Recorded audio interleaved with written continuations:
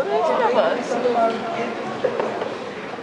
Bom, minha gente, boa noite. Ai, Jesus. Senhor diretor-geral, colegas, eu devo dizer que é um privilégio estar aqui nesse momento,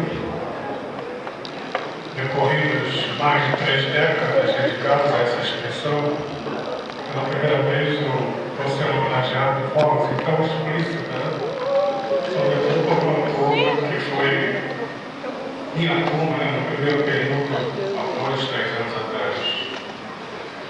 Devo dizer que é um privilégio a gente colocar no mercado pessoas que, como foi dito anteriormente, vão se dedicar a uma causa nobre. A segurança do trabalho é um curso que permeia qualquer atividade econômica.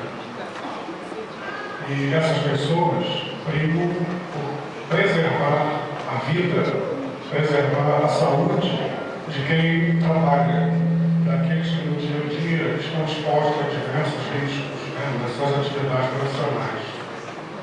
O Brasil hoje está entre os 10 países com maior contingente de trabalhadores do mundo.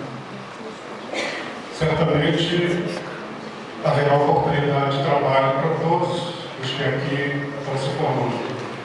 Lamentavelmente, no entanto, o país em que a gente vive está também entre os 10 com maior índice de acidente de trabalho no mundo.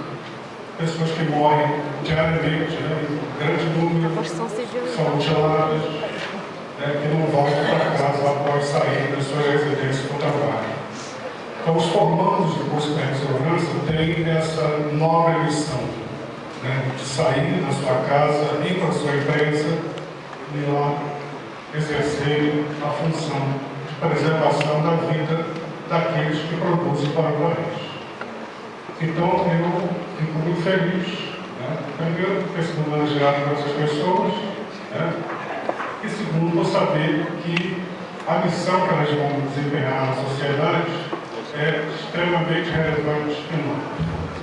Agradeço então a todos, que sejam felizes e estarei aqui sempre à disposição de vocês, para que for possível atender. Obrigado.